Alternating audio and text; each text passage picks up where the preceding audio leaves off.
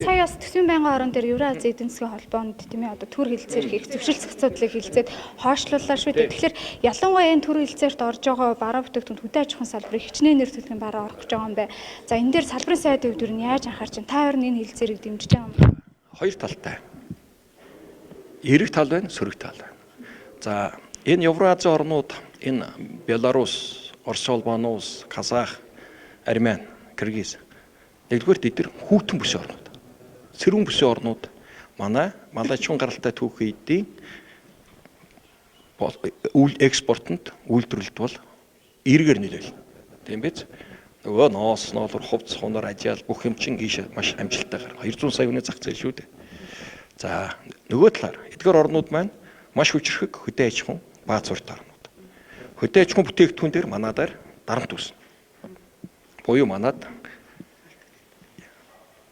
тодорхой нэр төрөл дээр бид чинь олон зүйл хийхгүй байгаа. Ер нь хүнсний хувьсгалын хүрээнд 19 нэр төрлийг гаргаж аваад дотоодоо үйлдвэрлэдэг, тарьдаг, бүтээдэг болохыг зорилготой ажиллаж байгаа шүү дээ. За бусад одоо өдөр тутмын одоо айл эрхийн дундаж саксны хэрэглээ 300 гаруй төрлийн бараа байгаа. Хүнсний бараа шүү дээ.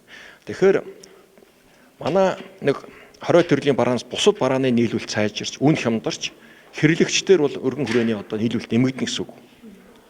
Энэ бол нэг талдаа сайн. Гэхдээ бид дотроо хийж чадж байгаа зүйлээ хамгаалах бодлогыг хатуу явуул.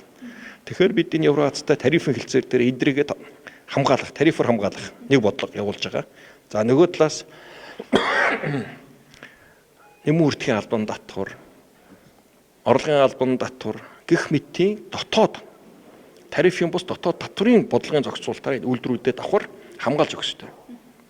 Тэнд олдоод 200 саяын зах зээлийг олж авъя. Нөгөө талаар чадж байгаа нэг 20 төрлийн бараагаа хамгаалахын тулд тарифын болон дотоод бодлогын дэмжлэг үзүүлэх гэдэг юм зүйл байгаа.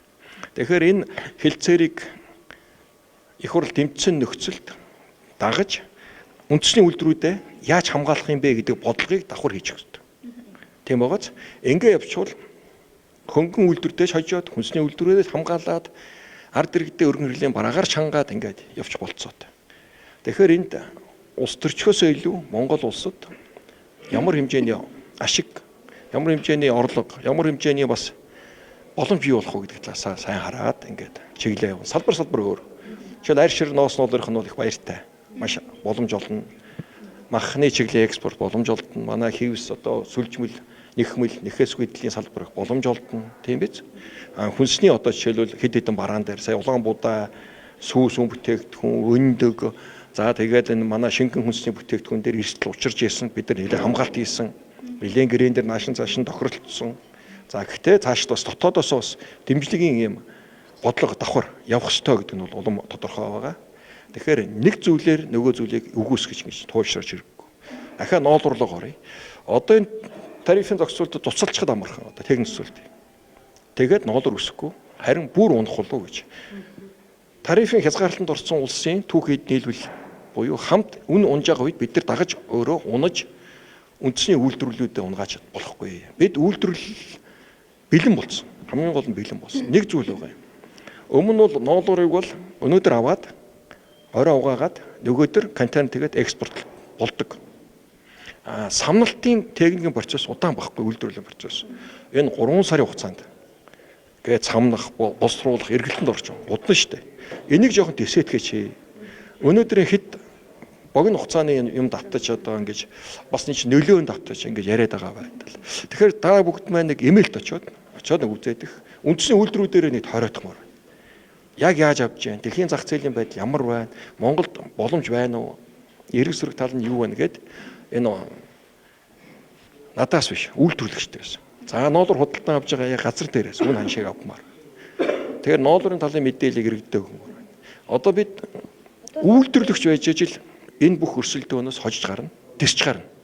Үндэсний үйлдвэрлэгүй ард түмэнгүй шүү дээ. Бусдын хараат өөртөө итгэдэг алдчихдаг. Одоо ноолур дараа итгэдэг алдсан байгааз авиачаар хятад авч түүхий өгүүлгээд яриад байна шүү дээ. Энэ чинь өөртөө итгэлийг алдаж байгаа байхгүй. Үйлдвэрлэлийн одоо үндэсний чадах суларна гэсэн үг. Энэ хугацаанд явуулсан энэ одоо салбарын яамны буруу бодлогоос болоод энэ малчид ноолуурын үн буурахаар одоо бие зээлээ яах юм бэ? Яам яагаад энийг хариуцахгүй байгаа юм бэ? ямар бол ер нь бол хандаж хилээд байна л да. Одоо үн буурчлаа яах вэ? Амьдрал хэцүү байна гэдээ яриад байна. Энэ ер нь үн зах зээлийн жамгаараа тогтож байгаа. Харин яам бодлого гаргаж үйлдвэрлэлд бид нар нэмэгдүүлж чадсан тул үний уналтыг бид нар хохирол багтай даван гарч байна. Нүүрсний үнэтэй харьцуулаарай. Нүүрс 300% унчаад байхад ноолоор 10% дээр тэрсэж байна. Хэрвээ бид энэ бодлого хийж чадаагүй бол манай ноолоор 40-50 мянган унана. Ийм эрсдэлтэй байсан харин энэ үйлдвэрлэх чадвараа нэмсэнтэй холбоотойгоор дотоодын үйлдвэрүүд маань энэ түүхийдийн үнийг барьж чадж байна.